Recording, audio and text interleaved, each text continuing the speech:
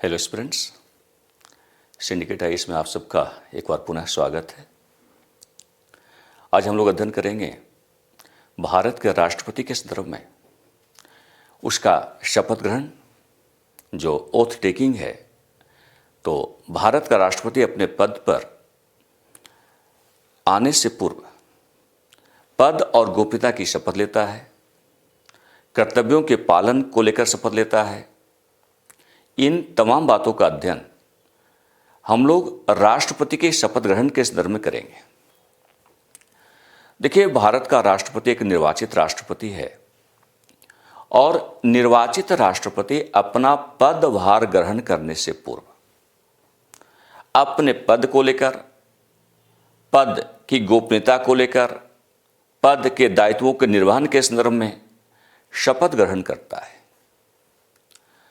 तो आज की क्लास में हम लोग समझने का प्रयास करेंगे कि राष्ट्रपति का शपथ प्रतिज्ञान क्या है, किन संदर्भों में वह शपथ लेता है, किसके समक्ष राष्ट्रपति का शपथ ग्रहण का आयोजन किया जाता है और संपूर्ण प्रारूप क्या है। कारण कि भारत में राष्ट्रपति का जो पद है, संवैधानिक प्रमुख का पद है। वह भारत का राष्ट्राध्यक्ष है, कार्यपालिका का संवैधानिक प्रमुख है, संसद का अभिन्न अंग है और संविधान का संरक्षक है। तो इस संदर्भ में हमें समझना होगा कि राष्ट्रपति का जो शपथ प्रतिज्ञान है वह कैसा है, शपथ प्रतिज्ञान में क्या कहा गया है, किन शब्दों का प्रयोग किया गया है, वह किन किन बातों की शपथ लेता है। तो आइए हम लोग समझने का प्रयास करें कि राष्ट्रपति का जो शपथ प्रारूप है वह संविधान में कहाँ पर स्थित है, संविधान के कौन से ऐसे प्रावधान हैं जो भारत के राष्ट्रपति के शपथ के संदर्भ में व्यवस्था को निर्धारित करता है। इस संदर्भ में यदि देखा जाए तो संविधान में अनुच्छेद 60 का सृजन किया गया है। संविधान के अनुच्छेद 60 में राष्ट्रपति के शपथ प्रारूप का निर्धारण किया गया है। आमतौर पर होता क्या है कि जितने भी राष्ट्रपति के अतिरिक्त अगर आप देखें, राष्ट्रपति और राज्यपाल को अतिरिक्त अगर आप देखें, तो जो संवैधानिक पद है, चाहे वो प्रधानमंत्री का हो, जो हमारे न्यायाधीश हैं, सर्वोच्च न्यायालय के न्यायाधीश हैं, या फिर जो उच्च न्यायालय के न्यायाधीश हैं, केंद्रीय मंत्रिपरिषद जो अन्य सदस्य हैं, इन सब का जो शपथ प्रारूप है संविधान की 7वीं अनुसूची का विषय है। संविधान की 7वीं अनुसूची में ही संवैधानिक पदों के प्रमुखों, संवैधानिक पदों से जुड़े व्यक्तियों के लिए शपथ का निर्धारण किया गया है। लेकिन जब हम बात भारत के राष्ट्रपति की करते हैं तो राष्ट्रपति का जो शपथ प्रतिज्ञान है वह संविधान के अनुसूची 3 के आधार पर निर्धारित नहीं है, संविधान की अनुसूची 3 का विषय नहीं है, बल्कि राष्ट्रपति का शपथ प्रतिज्ञान संविधान के अनुच्छेद 60 में प्रावधानित है। तो संविधान के अनुच्छेद 60 में जो प्रावधान किए गए हैं उसी के आधार पर राष्ट्रपति अपना पदभार ग्रहण करने से पूर्व शपथ लेता है। अभी शपथ का आयोजन अगर आप देखें तो इस प्रकार के शपथ का जो आयोजन है वह सर्वोच्च न्यायालय के मुख्य न्यायाधीश के समक्ष होता है। यानी भारत का राष्ट्रपति अपना पदभार ग्रहण करने से पूर्व सर्वोच्च न्यायालय के मुख्य न्यायाधीश, भारत के मुख्य न्यायाधीश के समक्ष पद एवं गोपनीयता की शपथ लेता है। यदि एक ऐसी भी स्थिति हो सकती है कि भारत का मुख्य न्यायाधीश का पद रिक्त हो, यानी सर्वोच्च न्यायालय का जो मुख्य न्यायाधीश है उसका पद रिक्त हो, जिसमें शपथ ग्रहण का आयोजन हो रहा है, हो सकता है, संभावना हो सकती है कि मुख्य न्यायाधीश, सर्वोच्च न्यायालय का मुख्य न्यायाधीश, भारत का मुख्य न्यायाधीश अनुपस्थित हो, उसका पद ही रिक्त चल रहा हो। तो ऐसे में शपथ ग्रहण का आयोजन किस न्यायाधीश के समक्ष होगा? ध्यान रखिएगा, यदि ऐसी परिस्थिति उत्पन्न हुई हो तो मुख्य न्यायाधीश की अनुपस्थिति में सर्वोच्च न्यायालय का वरिष्ठतम न्यायाधीश राष्ट्रपति को पद एवं गोपनीयता की शपथ दिलवाएगा। यानी जब भारत का मुख्य न्यायाधीश अनुपलब्ध हो, भारत का राष्ट्रपति सर्वोच्च न्यायालय के वरिष्ठतम न्यायाधीश के समक्ष पद एवं गोपनीयता की शपथ लेता है। तो बहुत ही साधारण सी स्थिति है, इसको ध्यान रखना जरूरी होता है। और आमतौर पर प्रीलिम्स जैसे परीक्षाओं में यहाँ से प्रश्न पूछे जाने की संभावना भी बहुत अधिक होती है। तो राष्ट्रपति का जो शपथ प्रतिज्ञान है अनुसूची 3 का विषय नहीं है, इस बात को ध्यान रखना होगा। दूसरी बात कि राष्ट्रपति अपना पद धारण करने से पूर्व भारत के मुख्य न्यायाधीश के समक्ष पद और गोपनीयता की शपथ लेता है। साथ ही हमने ये भी कहा कि मुख्य न्यायाधीश अनुपस्थित चल रहा हो तो सर्वोच्च न्यायालय का जो वरिष्ठतम न्यायाधीश है उसके समक्ष वह पद और गोपनीयता की शपथ लेता है। राष्ट्रपति का जो शपथ प्रारूप है अन्य संवैधानिक पदों के प्रमुखों के शपथ प्रारूप की अपेक्षा भिन्न है। यानी आर्टिकल 60 में राष्ट्रपति के शपथ के लिए जिस प्रारूप का निर्धारण किया गया है और उस शपथ प्रारूप में जिन शब्दों का प्रयोग किया गया है वह अन्य संवैधानिक पदों से भिन्नता लिए हुए है।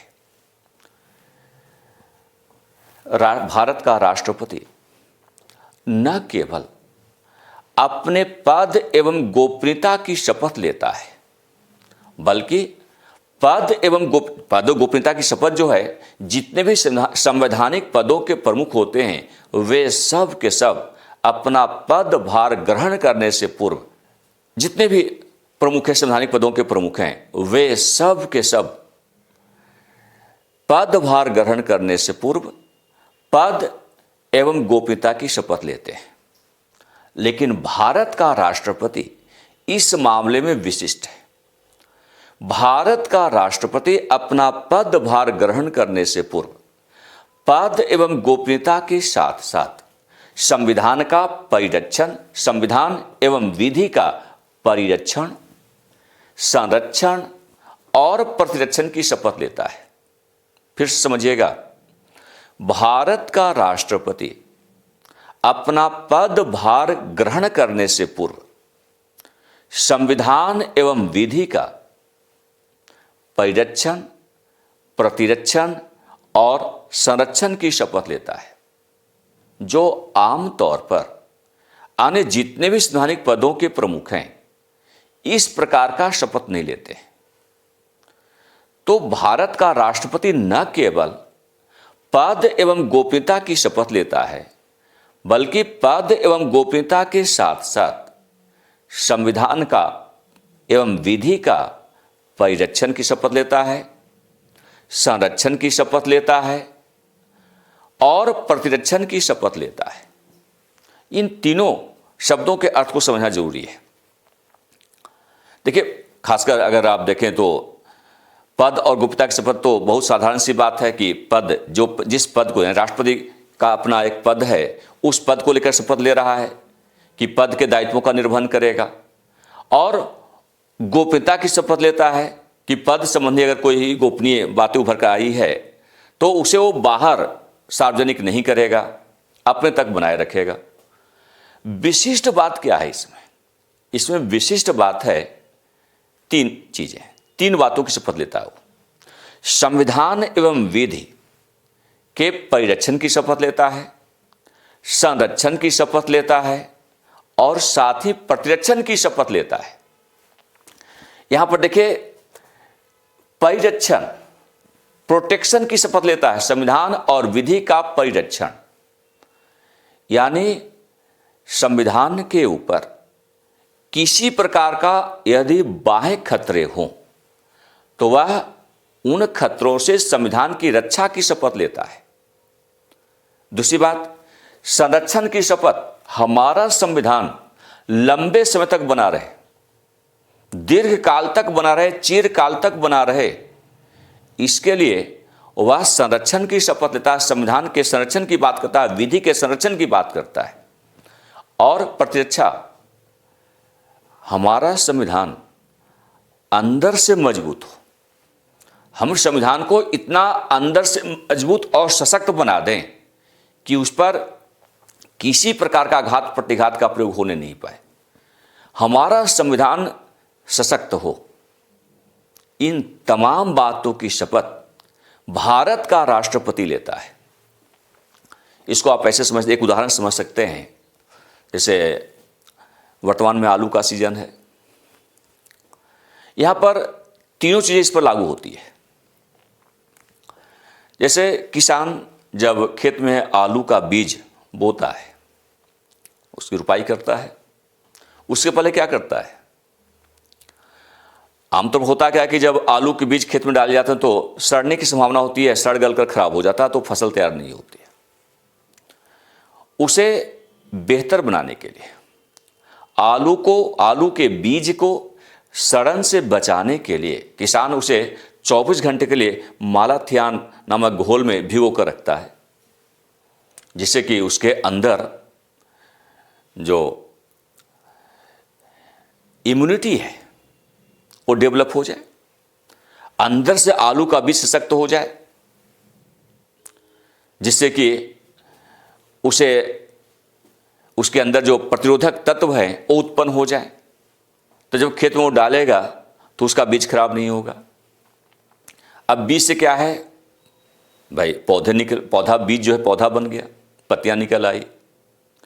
जब बादल घिर आते हैं इस मौसम में तो आलू के जो पौधे हैं उनमें एक रोग लग जाता है, झुलसा रोग, लेट ब्लाइट पोटैटो नामक एक बीमारी लग जाती है, पत्तियां झुलस जाती है। तो उस पत्तियां झुलसे नहीं, लेट ब्लाइट रोग उसे नहीं हो, इसके लिए किसान क्या करता है, उस पर दवा की छिड़काव कर देता है। तो ये क्या है, बाहर से यानी बादल के मौसम में पत्तियों के ऊपर किसी प्रकार का संक्रमण नहीं होने पाए, उसके बचाव के लिए उसके ऊपर दवा का एक लेयरिंग कर दिया जाता है। और जब फसल तैयार होती है, आलू निकल आता है, तो आलू, चूंकि आलू सबसे प्रमुख सब्जी आप सबकी है, उसे लंबे समय तक बनाए रखना आवश्यक होता है। तो किसान क्या करता है, ऐसे अगर घर में रखेगा तो हो सकता है कि 10 दिन 15 दिन या महीने दिन के बाद खराब हो जाएगा, सड़ जाएगा, बेकार हो जाएगा। उसे सालों भर बनाए रखना है, इसके लिए किसान क्या करता है, उसे कोल्ड स्टोरेज में जाकर प्रिजर्व कर देता है, संरक्षित कर देता है। तो इसे आप आलू के संदर्भ में देख सकते हैं। तो भारत का राष्ट्रपति भारत के संविधान और विधि को संरक्षण प्रदान करता है। कैसे संरक्षण प्रदान करता है वो? तो उसके प्रोटेक्शन की शपथ लेता है, उसे प्रिजर्व करने की शपथ लेता है और उसे डिफेंड करने की शपथ लेता है। इसीलिए अनुच्छेद 60 में राष्ट्रपति का जो शपथ प्रतिज्ञान निर्धारित किया गया है, उस शपथ प्रतिज्ञान में स्पष्ट किया गया है कि भारत का राष्ट्रपति अपना पद धारण करने से पूर्व भारत के मुख्य न्यायाधीश के समक्ष पद एवं गोपनीयता की शपथ के साथ साथ संविधान एवं विधि के परिरक्षण, प्रतिरक्षण और संरक्षण की शपथ लेता है। ये पिक्योरिटीज जो है आपको राष्ट्रपति के संदर्भ में और राज्यपाल के संदर्भ में दिखाई पड़ता है।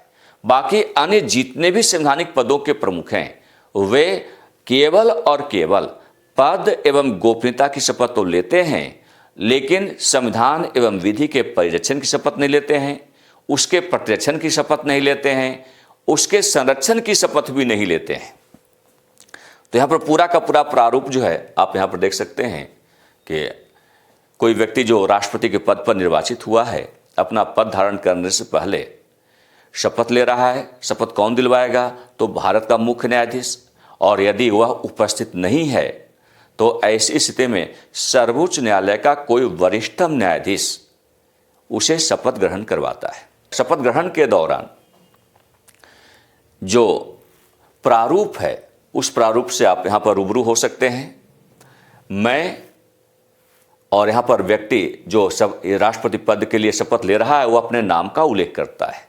तो मैं अमुक ईश्वर की शपथ लेता हूँ, सत्य निष्ठा से प्रतिज्ञान करता हूँ कि मैं श्रद्धापूर्वक भारत के राष्ट्रपति के पद का कार्यपालन अथवा राष्ट्रपति के कृत्यों का निर्वहन करूँगा तथा अपनी पूरी योग्यता से संविधान और विधि का परिरक्षण, संरक्षण और प्रतिरक्षण करूँगा और मैं भारत की जनता की सेवा और कल्याण में निरत रहूँगा।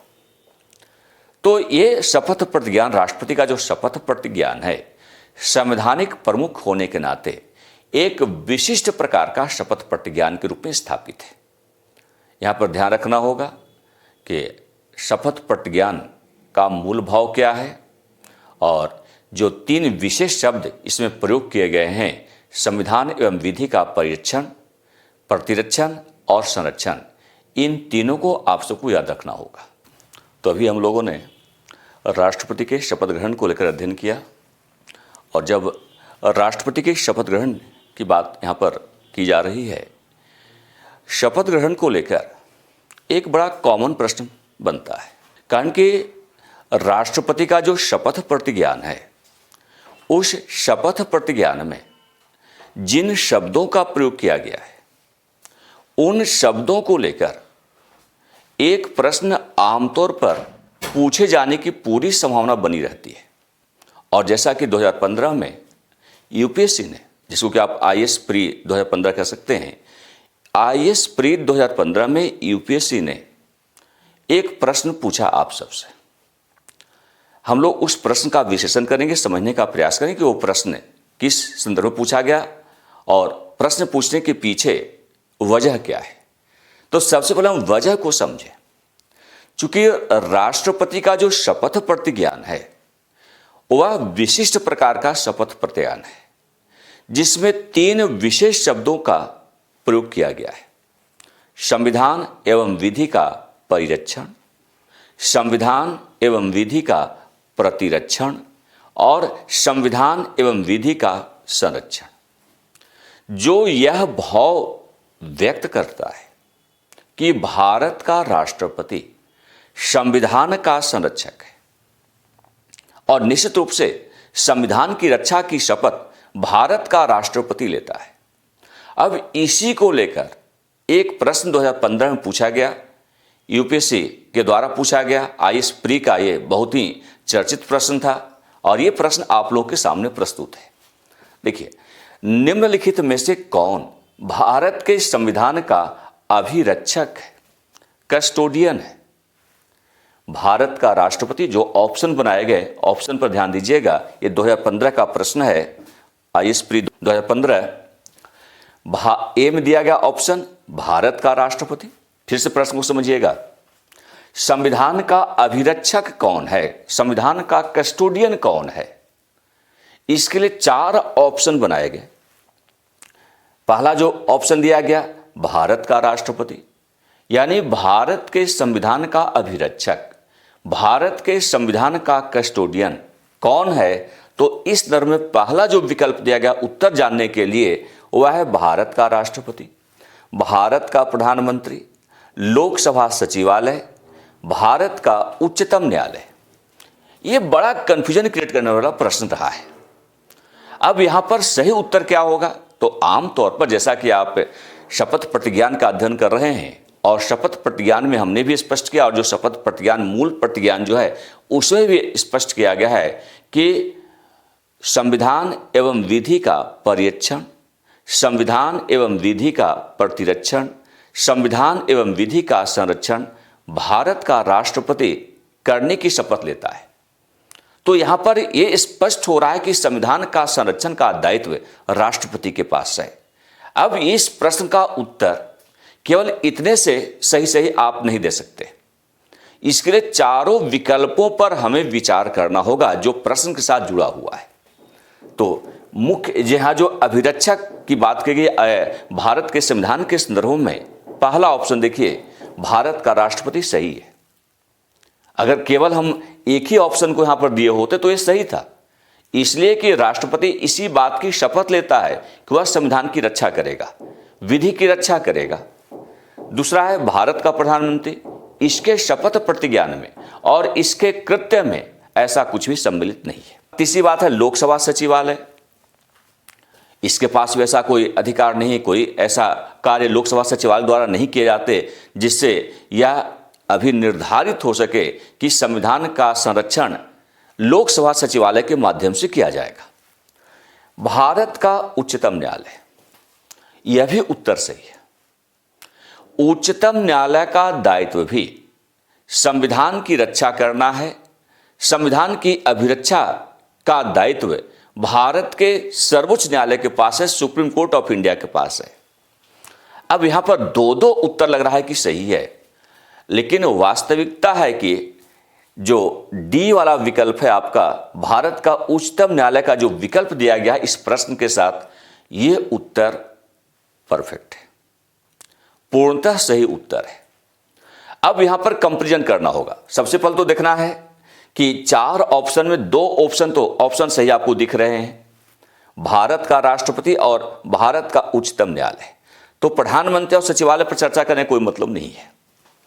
अगर इस प्रश्न का विश्लेषण किया जाए कि भारत का उच्चतम न्यायालय सही उत्तर है, क्यों सही उत्तर है, तो हमें थोड़ा समझना होगा प्रावधानों को और व्यवस्था को। देखिए, भारत का राष्ट्रपति संविधान के संरक्षण की शपथ लेता है, संविधान की रक्षा उसके शपथ प्रतिज्ञान में सम्मिलित किया गया है। लेकिन किस प्रकार की रक्षा करता है, तो रक्षा संबंधी दायित्व राष्ट्रपति के पास तो है, लेकिन बहुत ही सीमित रूप में। क्या होता है कि सपोज दैट विधायिका ने कोई प्रस्ताव पारित किया, लोकसभा राज्यसभा ने किसी प्रस्ताव को पारित किया, हो सकता है कि वो संविधान से संगत हो, संविधान की भावनाओं के विपरीत हो, लेकिन विधायिका के दोनों सदनों ने यानी लोकसभा राज्यसभा ने विधेयक को पारित किया है, राष्ट्रपति के पास गया। अब राष्ट्रपति को लगा कि हाँ, ये अगर उस पर अपनी सहमति प्रदान कर दे तो संविधान के जो प्रावधान हैं वह प्रभावित हो सकते हैं, उस पर दुष्प्रभाव हो सकता है। यानी संविधान की रक्षा करने के उद्देश्य से वह क्या करेगा, पुनर्विचार के लिए वापस कर सकता है। तो ऐसे मामले में राष्ट्रपति विधायिका को संबंधित प्रस्ताव जिसे पास करके राष्ट्रपति के पास भेजा गया था, पुनर्विचार के लिए वापस किया जा सकता है। लेकिन जिस प्रस्ताव को राष्ट्रपति ने पुनर्विचार के लिए वापस किया है, एक बार फिर से संसद के दोनों सदन यदि उसे उसी रूप में पारित कर राष्ट्रपति को दोबारा प्रस्तुत कर देती है, तो ऐसे में राष्ट्रपति उस पर अपनी सहमति देने के लिए बाध्य हो जाता है। यानी भले ही वह प्रस्ताव संविधान की भावना पर कुठाराघात करने से संबंधित है, संविधान की व्यवस्थाओं को प्रभावित करने से संबंधित है, संविधान की व्यवस्था के अनुकूल नहीं है, राष्ट्रपति ऐसे प्रस्ताव, ऐसे विधेयक को केवल एक बार पुनर्विचार के लिए वापस कर सकता है, लेकिन दोबारा यदि संसद के दोनों सदनों के द्वारा उसे पारित कर राष्ट्रपति को प्रस्तुत किया गया हो, तो ऐसे में राष्ट्रपति उस पर सहमति देने से मना नहीं कर सकता है। वह सहमति देकर उसे संशोधन का हिस्सा बना देगा।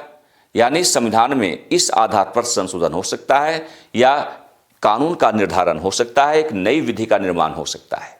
इसका अर्थ है कि राष्ट्रपति ने संविधान की रक्षा करने का प्रयास तो किया, बावजूद सफल नहीं हो पाया। यानी रक्षा का जो अधिकार है, संविधान एवं विधि की रक्षा का जो अधिकार राष्ट्रपति के पास है, वो बहुत ही सीमित है। अब यदि हम सर्वोच्च न्यायालय की बात करें, तो सर्वोच्च न्यायालय भारत के संविधान का कस्टोडियन है, मुख्य अभिरक्षक है। और ऐसा इसलिए कि अब यहां पर देखिए, संसद के दोनों सदनों ने विधेयक को पारित किया। राष्ट्रपति ने ऐसे विधेयक पर अपनी सहमति प्रदान कर दिया जो संविधान के प्रावधानों के विपरीत है। इस पर सर्वोच्च न्यायालय में यदि कोई याचिका दाखिल की जाती है या सर्वोच्च न्यायालय को लगता है कि जिस विधेयक को हमारी संसद ने पारित कर संविधान को प्रभावित किया है, तो ऐसी अवस्था में सर्वोच्च न्यायालय संबंधित अधिनियम को नल एंड वाइड यानी शून्य घोषित कर सकता है। सर्वोच्च न्यायालय के पास यह अधिकार है कि यदि संसद का कोई प्रस्ताव, संसद का कोई विधेयक जिस पर राष्ट्रपति भी सहमत है, संविधान की व्यवस्था के अनुकूल नहीं है, संविधान के मूल ढांचे के विपरीत है, संविधान की बुनियादी संरचना प्रभावित हो सकती है, संविधान के प्रावधानों के अनुकूल नहीं है, तो इस संदर्भों में सर्वोच्च न्यायालय द्वारा संबंधित अधिनियम को नल एंड वाइड घोषित किया सकता है, उसे शून्य घोषित किया जा सकता है। यानी संविधान की वास्तविक रक्षा किसने किया? भारत का राष्ट्रपति ने रक्षा करने का प्रयास किया, सफल हो भी सकता है और नहीं भी हो सकता है। लेकिन यदि सर्वोच्च न्यायालय ने उसे नल एंड वाइड घोषित कर दिया हो, शून्य घोषित कर दिया हो, तो अब उस कानून का प्रचलन नहीं होगा। तो संविधान की वास्तविक रक्षा कहां से की जा रही है? सर्वोच्च न्यायालय के द्वारा की जा रही है। तो अभी आप लोगों ने राष्ट्रपति का जो, भारत के राष्ट्रपति का जो शपथ प्रतिज्ञान है उसके बारे में अध्ययन किया, और इसी प्रकार हम लोग एक एक कर राष्ट्रपति से जुड़े हुए जो भी व्यवस्थाएं हैं, संवैधानिक व्यवस्थाएं हैं और व्यवहारिक पहलू हैं, इन तमाम पहलुओं के बारे में अध्ययन करेंगे। बहुत बहुत धन्यवाद आप लोगों का।